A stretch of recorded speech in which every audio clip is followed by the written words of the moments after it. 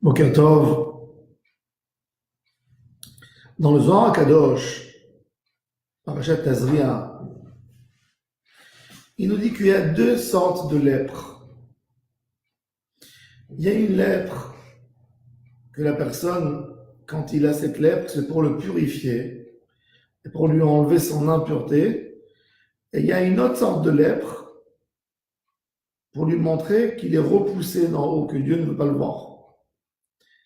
Nega tzarat ki tiye ba'adam ve'uva el hakohen. Amar Rabbi Yosef.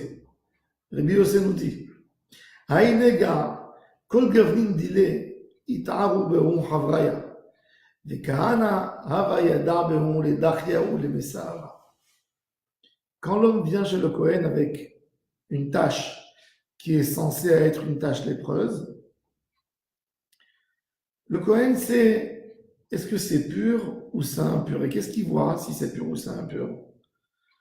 Havayada inun dehavu yesurim derechemuta o inun deishtakrun bema demais bemare verachikbe. Le Kohen, quand il voyait la tache de la lèpre qu'il y avait sur le corps, il voyait est-ce que c'était une tache que Akadosh Baruch Hu a fait que pour purifier l'homme, lui faire une teshuva, ou c'est une tâche pour l'éloigner et l'écarter du Machane Israël. C'est-à-dire que le Kohen avait besoin d'avoir un niveau spirituel, pas simplement comme un dermatologue qui voit un problème de peau devant lui. Il devait voir dans la tâche même, est-ce que cette tâche, sa signification spirituelle, est-ce que c'est venu pour purifier cet homme sur ses avérotes, lui faire un petit coup, ou pour l'écarter complètement et l'éloigner de Machane Israël. Dans tous les Issourim que l'homme a, la Gemara, elle parle déjà, il faut mériter à avoir des souffrances qui nous pardonnent. Pas toute souffrance pardonne à l'homme. Souvent, dans la Gemara, elle parle de Issourim shel Ahava. Issourim shel Ahava, que Dieu donne l'occasion à l'homme pour se purifier, comme qu'il est écrit dans le texte, qui est Asher Yohav Hashem Yochiach Uchear et Ben Yirtze. Qu'Akadosh Baruch Hu donne à l'homme des Issourim, des souffrances, comme qu'un père veut faire la réflexion à son fils, il lui prend quelque chose qui est important pour l'enfant, pour que l'enfant se pose des questions. Ou des fois, c'est Bivrinat Teyasrecha, le mal que l'homme a fait, le fait souffrir. Alors, Béhémet. Et cet éloignement, il est temporaire ou il est définitif? Alors, est-ce que c'est un éloignement temporaire ou définitif? Alors, le Hémet, la réponse est claire, que tout dépend de l'homme. Un homme peut avoir au début une souffrance qui a été faite pour l'éloigner. Pour l'éloigner. Et du moment qu'il a compris qu'il était loin, il s'est dit, regarde, puisque c'est une souffrance qui vient m'éloigner, regarde à quel point je suis loin d'Hachem, à tel point qu'il ne me veut même pas à côté de lui. Et c'est pour ça qu'il me met dehors. Et là, ton travail, il est encore plus fort de se rapprocher, pas uniquement de se purifier. Parce qu'une souffrance qui est là, qui est faite uniquement pour se purifier, l'homme n'a rien à faire pour cette souffrance. C'est-à-dire, il la reçoit et il dit, c'est kaparat avonot, ça me purifie. Mais beaucoup de fois, les souffrances, elles ne purifient pas l'homme. Si l'homme ne met pas sa tête là-dedans, il est là que de s'occuper de son docteur. Et après, il dit, j'ai prié, j'ai fait des demandes à Hachem, et malgré tout, je souffre. Ça, la personne, quand lui s'est éloigné d'Hachem en disant, j'ai prié, j'ai demandé, et je n'ai pas guéri. Donc, quelque part, il s'éloigne d'Hachem, et ça vient des Issourim d'éloignement de nos sages, toujours demander que ce soit des Issourim shel Ahava ou des Issourim shel Kapara, ou des Issourim d'amour pour purifier, comme Rabbi Eliezer, le fils de Rabbi Shimon, qui disait tous les soirs Bo Issourim, il les amenait, et le matin il leur disait partez pour me laisser tranquille étudier la journée. Ça c'était Issourim shel Ahava d'un très haut niveau, comme que la Gemara nous dit que toutes ces années de maladie de Rabbi Eliezer, il n'y avait pas une femme dans la région qui a fait même du pain avec le pain aigri. une pâte, que la pâte a écrit. À tel point il protégeait Am Israël par ses souffrances. À tel point il protégeait Am Israël par ses souffrances.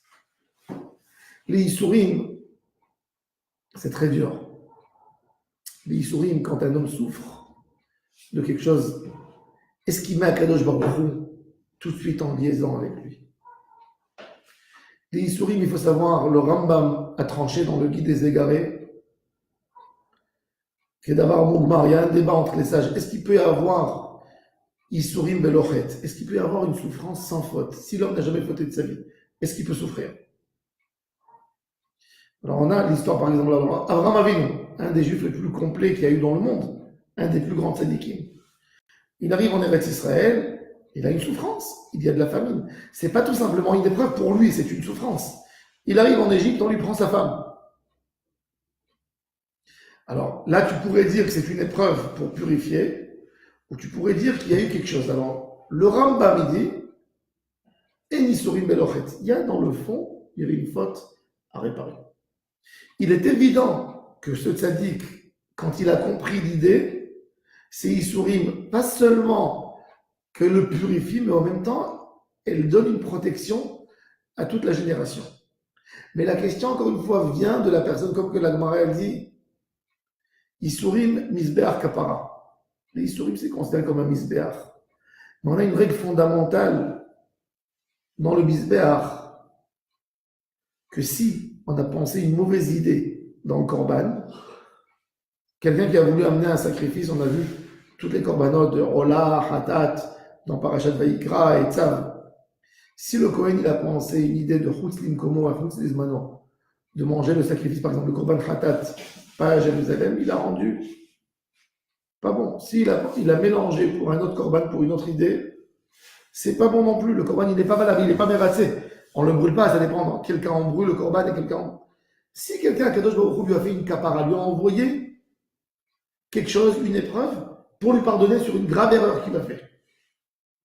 Et la personne, quand l'épreuve elle vient, quand la souffrance elle vient, il est là en train de rouspéter à chaque instant.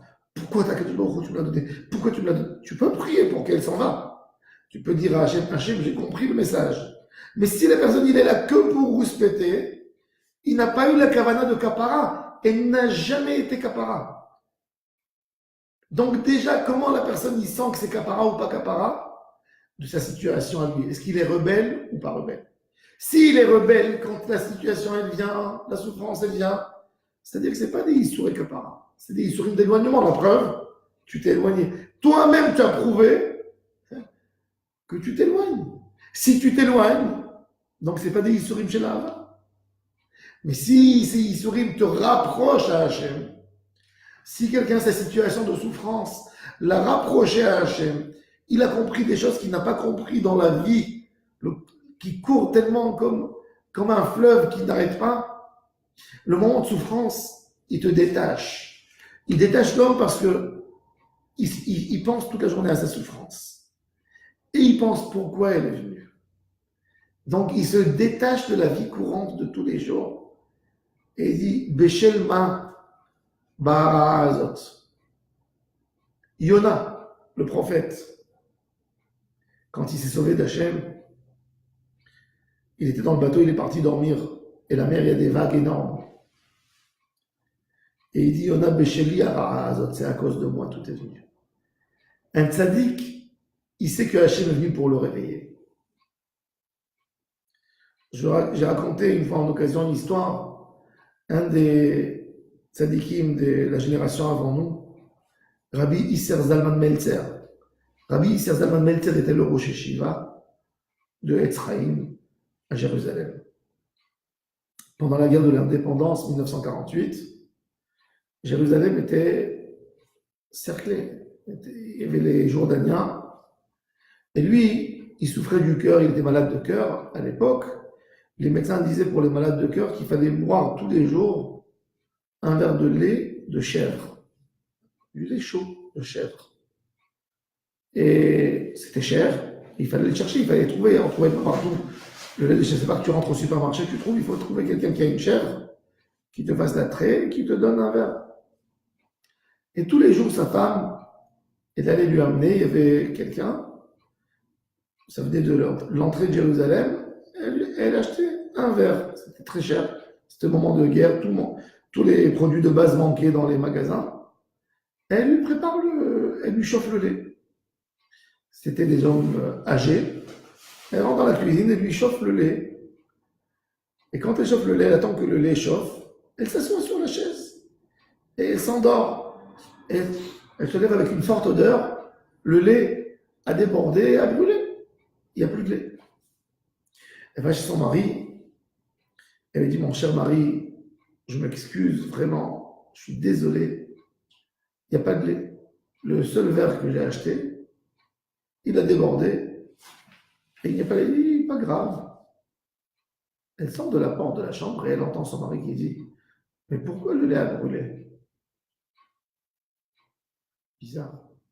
Alors elle rentre et lui dit, le lait il a brûlé, je t'ai dit, il a débordé. Il dit, non, non, mon lait ne peut pas brûler comme ça. Je suis un homme qui fait la volonté d'Hachem, j'essaye de faire la volonté d'Hachem.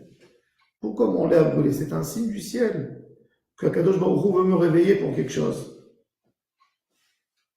Et il tourne dans la chambre.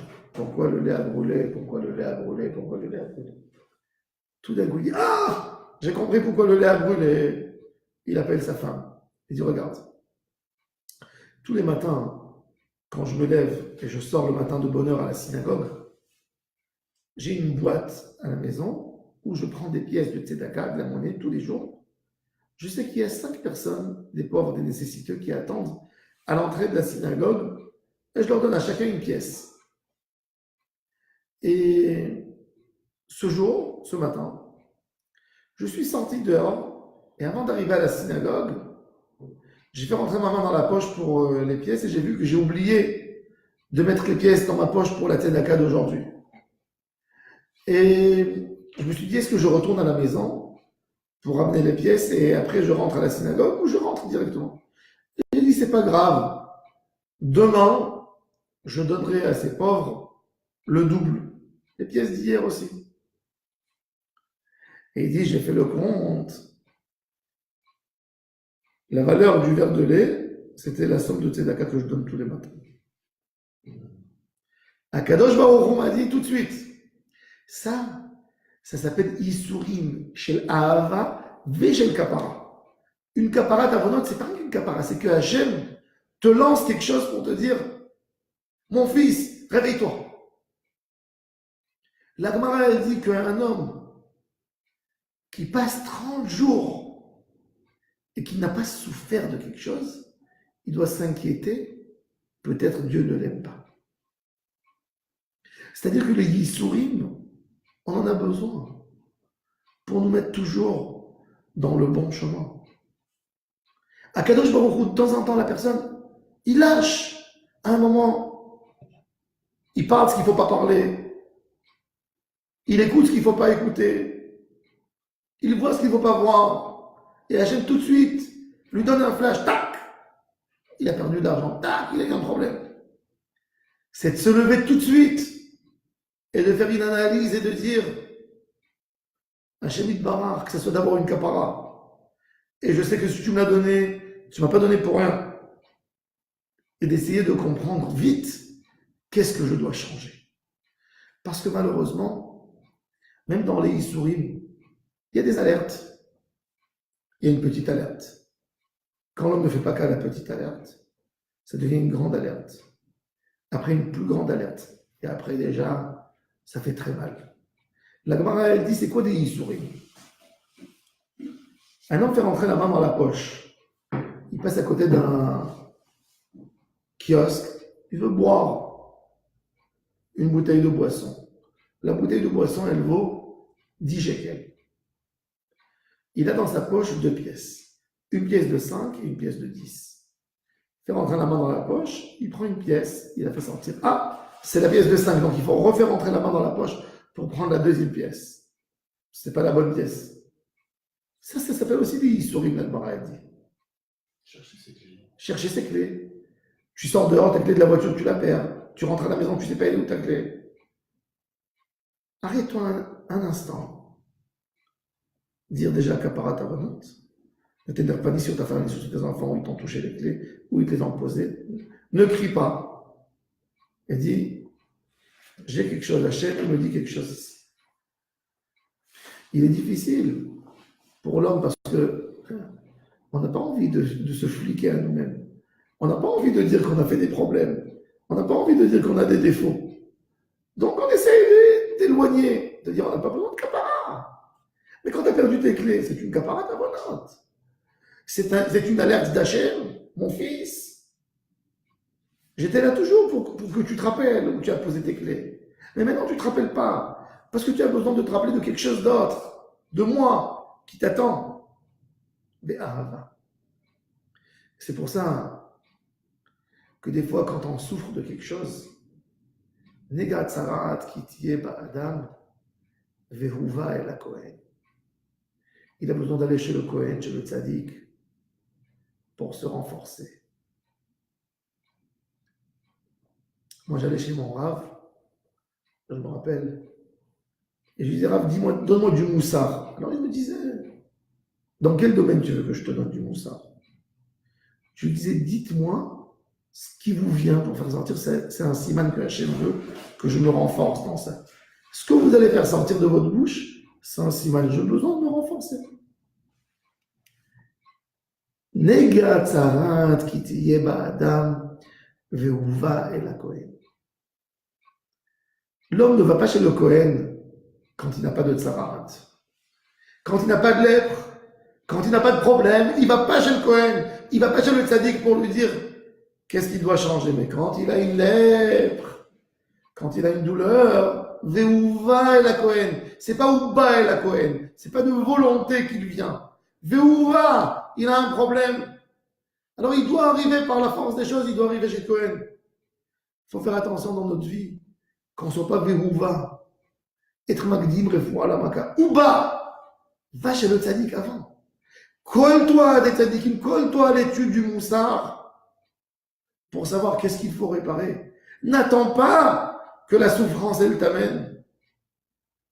Mais malgré tout, s'il y a une souffrance et la personne ne comprend pas pourquoi ça vient, il faut tout de suite aller chez les tzadikim, aller ouvrir les livres de Moussard et savoir qu'est-ce que j'ai à réparer, de voir de se tenir, de prendre un listing de mitzvot. Comment elle a l'air matfila le matin, comment elle a l'air manetilat yadayim, comment elle a l'air mabekat Amazon, comment elle a l'air makidu titim la Torah, comment elle a l'air matzedaka, comment elle a l'air mon comportement à la maison avec ma femme, comment elle a l'air mon comportement avec mes enfants, comment elle a l'air le comportement avec mes voisins, comment elle a l'air ma émouna, comment elle a l'air mon bitachon d'Hachem, comment elle a l'air mon kriyat shema l'amita, comment il a l'air mon hashri yatzar, et de savoir, d'essayer de faire comme une liste, 50%, de se donner les vraies notes, pas mentir. Ve'uva la Kohen, on n'a pas de Kohen, que ta neshama elle devienne ton Kohen. Quand l'homme a ça, c'est des isruim chez l'Ahava. Quand l'homme ne va pas chez le Kohen, ben justement, il reste dans son coin. Il reste dans son coin, éloigné de tout. Et ça devient des isurim chez le Richouk. C'est ce qu'il a dit Rabbi Yossi. Aïe, néga, ce néga. Quand tu viens chez le Kohen, déjà le Kohen, il te voit, c'est pas, tu viens de toi-même chez le Kohen. C'est-à-dire que tu as eu le sentiment d'Hachem Barach. Ta neshama, elle a compris que Hachem t'appelle. Que Hachem te dit, vite mon fils, vite avant que ça vienne. Prépare. Alors tu cours chez le Kohen. Mais quand c'est Ve'uva et la Kohen, c'est sa femme qui l'amène chez le Kohen. Elle dit, tu peux pas rester avec cette situation. Ses enfants, il l'amène chez le Rav. Ah, regarde qu'est-ce qu'il a ici. Il a eu des taches de lèpre, il peut plus manger, il peut plus. Ah, ça c'est peut-être déjà des tâches d'éloignement. Le Kohen, il avait un travail spirituel à faire avec l'homme pour le rapprocher à Hachem, pour lui montrer qu'est-ce qui lui manquait. Que Hachem nous aide, que tous les Issourim, même s'il y a des Issourim, mais il y a des Issourim, tout ce qui se passe dans la vie, qu'on le prend pour le bien, que ça nous aide à se renforcer, à nous rapprocher d'Hachem Barach, à nous rapprocher des enfants.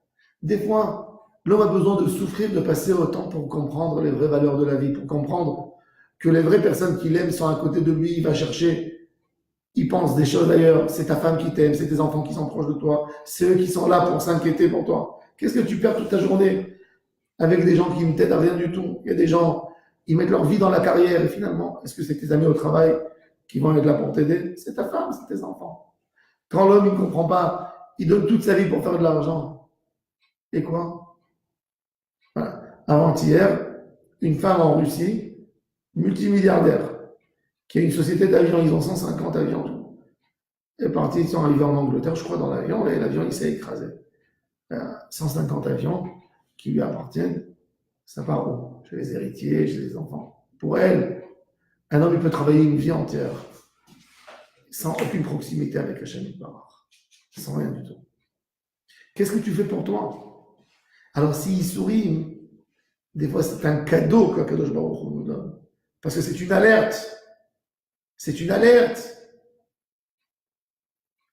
Un homme qui a acheté un billet d'avion et qui a le vol à 5 heures du matin. Qu'est-ce que tu peux lui donner comme cadeau la veille de son voyage? Une montre réveil pour qu'il se lève et qu'il ne rate pas. Un homme, des fois, il vole, mais il n'a pas l'alerte qui lui dit attention. Et ça, c'est les souffrances. Les souffrances t'empêchent de continuer la routine de ta vie comme d'habitude. Tu as mal, tu t'arrêtes. Et quand tu t'arrêtes, c'est pour avoir un moment de conscience, de savoir qu'est-ce qui est important vraiment et qu'est-ce qui n'est pas important dans notre vie. Donc Hachem nous aide quand on se renforce, quand on renforce en nous et quand on renforce l'idée du tikkun. Et là, donc tout se passe pour le bien. Amen, amen. Je vous souhaite à tous et à toutes une excellente journée.